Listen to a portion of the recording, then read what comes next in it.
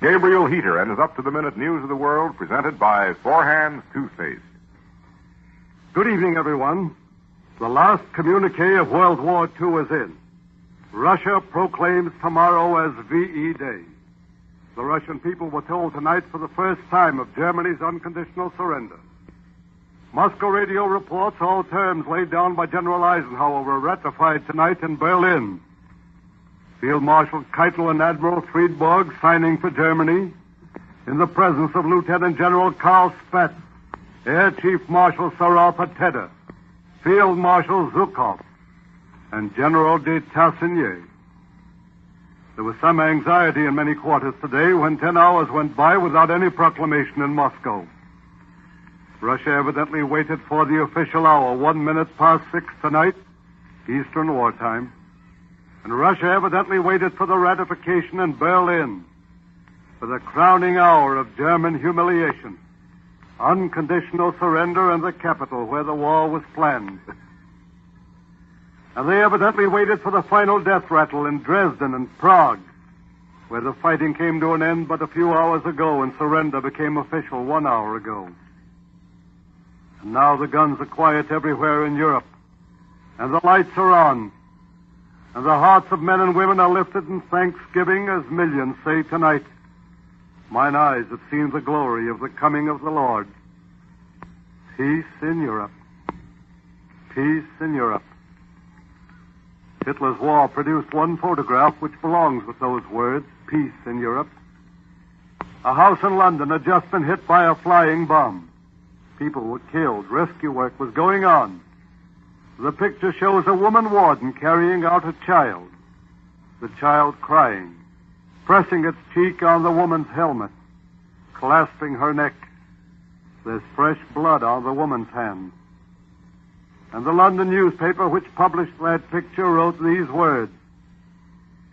This picture tells us much. It tells us children were on the front line. It tells us it must never happen again. The guns are silent and the lights are on. And the people know the miracle has come to pass. Here's a forecast. My first after VE Day. Full victory over the Jap before President Truman is 62 years of age. He's 61 today. For the power now released for the grand assault on the Jap is staggering in weight beyond all human imagination. Hardly a man alive is able to compute all that crushing might. Never has any one nation ever had to face so great an avalanche in men, planes, ships, tanks, and guns, and all the weapons of war, and the wrath of an outraged people. One more year for the Jap may prove to be a long time. Am I over-optimistic? Only 16 weeks ago, the Nazi had 7 or 8 million men, well-fed, well-armed, and well-entrenched. Von Rundstedt counterattacked in Belgium. And you and I heard people say we've lost a year in supplies, a year of war. That was 16 weeks ago, and unconditional surrender was ratified tonight in Berlin. There will be dramatic surprise in Japan as well. And reunion here at home before many people believe possible now. Here's a headline for which I've been campaigning, I and others. No more Nazi prisoners are to be brought here except any who are now en route. Good. Use every possible inch of shipping space to furlough or discharge every man we can spare. Here's an item for the Jap. Hitler's contribution to the defeat of Japan. 300 U-boats, all said to be in good shape. Nazi U-boats.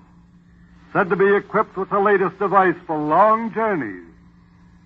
They're being turned over tonight to the Allies in good shape. Here's an echo of a long, long nightmare. Benito Mussolini's widow is a prisoner in Allied hands tonight. Well, the brownout is lifted here at home. The lights show in the Capitol building, on the dome. And Mr. Vinson may have news tomorrow on the curfew, on the ban on horse racing, on gas and other matters. Meanwhile, Hitler's nose is rubbed good and hard in the mud of humiliation. Germany bans all Heil Hitler greetings, all Nazi salutes.